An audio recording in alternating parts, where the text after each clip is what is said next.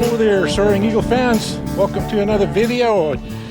Appreciate you guys all, looking me up and just seeing what we're doing with this Marlin boat, the series here. So today we're just going to do another quick video. The last one I think was we did the upper motor gearbox oil change. Today we're going to do the lower stern drive, the lower leg oil change on it that we didn't get around to last time. We were missing a few items, so in the process I ended up picking up a recommended oil pump. You actually pump the oil from the bottom until it comes out the top and quickly put in the bolts. So we're gonna do that together here. There's a bit of a learning curve for me too. And then we've got some Yamaha lube, marine gear case lube, gear oil for outboard and stern drive lower units, SAE 90 80W-90. Here we are, quick shot of that. So we're gonna change the oil on the lower stern drive and the lower leg, I call it, and we're kind of set up there with the oil can down below. Just gonna go grab a few tools and get this thing changed out. It'll be a quick little video here. So I think down here somewhere is there's the drain down there, and here's the upper one. So what you end up doing is releasing the upper one. No, first you release the lower one, take it off, and then you open this one, and the vacuum will cause the oil to go in. And then when you fill it up, you actually fill it up from the bottom, pump it up with that pump until it comes out of the top here, and then you quickly put the nut back in and maybe just give it an extra dose from the top. I'm not sure, but we'll find out as we go here. So stay tuned and we'll get this thing changed out. I did charge the battery up on this camera here before I left, and it had like 97, 98, and by the time I drove out to the site here, I'm not sure, my GoPro sucked it down to like 31 minutes remaining or something like that. Yeah, 31%.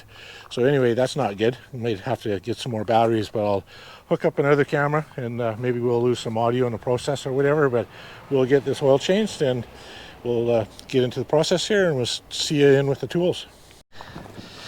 Okay, let's make this thing happen here. My battery is going to be in short demand here, but here's the oil pump that I pulled out of the bag. Now this will go inside the can here, can of oil, and this end will go down into the leg later, but there's a little adapter screw, so you screw that into the device, and then you pump this, screw the pump into the adapter, and it'll probably work better once it's solid there. And then you pump the oil in from the bottom. So that's going to be the last thing, but what we're going to do right now is just open up the oil flow, and I'm just going to put my gloves on here in case we got a little bit of black splash going on or whatever. And it does look like a flat-headed screwdriver, so that's what it looks like. Open that.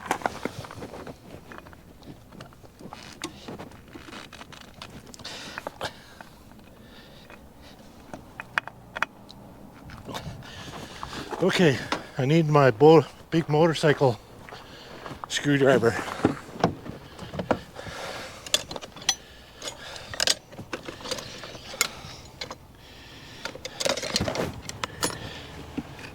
And when you need it in a hurry because your camera is running out.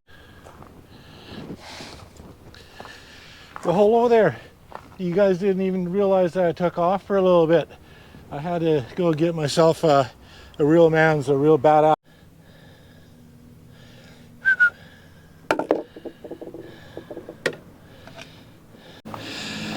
All right, since last few minutes here, I had to go get myself a great big screwdriver to get into those screw heads there and loosen that up. My little screwdriver just wouldn't do it, so I had it loosened off here already. So I'm just going to loosen that up, and before the oil starts to drain, just pull that one bolt out. Okay, there we go. A little bit of oil there coming out, not a whole lot. So let's loosen up the top one, get some air in there, and assist the flow a little bit. Yeah, it doesn't look too dirty, dripping out of there.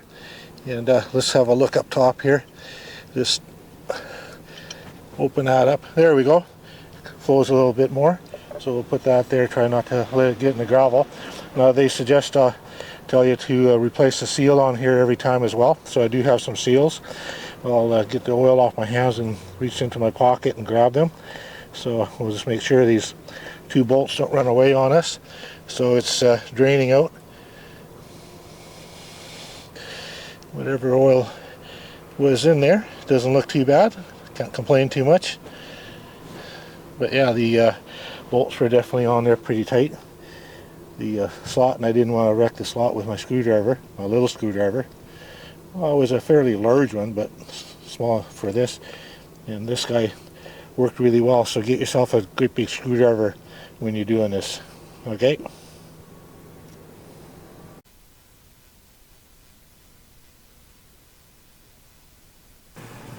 So Yamaha tells you that it's important to replace the two washers on the two bolts, the upper and lower drain bolt. So I picked up a couple of Yamaha washers. There's one in a bag, so I've got two bags here, and we'll take the old washers off and slip on the new ones. So when you put the bolt back in the drain in the top hole, you want to make sure that you have the washers on there as recommended by Yamaha. So I'm just going to dig through the two plastic bags here and dig out the washers and take the old washers off the bolts and replace it with the new washers that come in the two plastic bags. Taking a little bit of nimble fingers here to open up the bags and getting the washers off. So we'll get this done in a moment here, and then we'll hook up the pipe, or not the pipe, but the pump, and pump the oil in. So this is the first time I've ever done that with a pump like this as well. So it's a learning curve for me, and bear with me and see how it's going to turn out.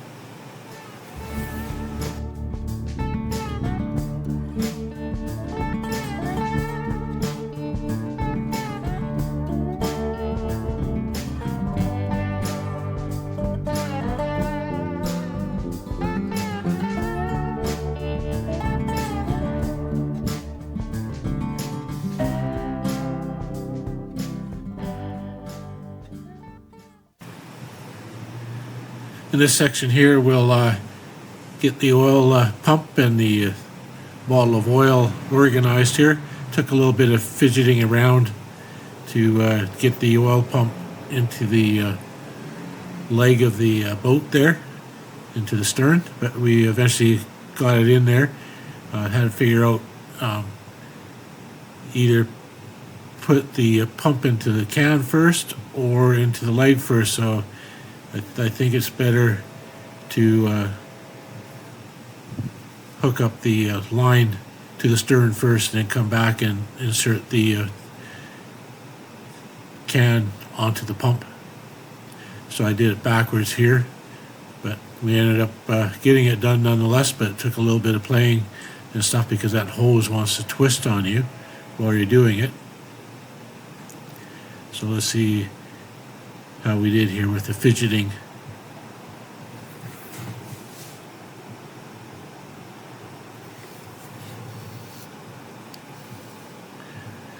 So this is a little adapter that I'm just turning into the bottom hole there on the drain plug. Put the adapter on where the pump is going to attach to. And the pump also has a threaded end, and it has to go onto that thread, and that's where the little hose just wants to turn around and stuff. But if I wouldn't have put it into the oil can at first and stuff, I wouldn't have to deal with the dripping oil there. But I think next time we'll attach the line first and then drop it into the oil can. Would probably be the best way to go.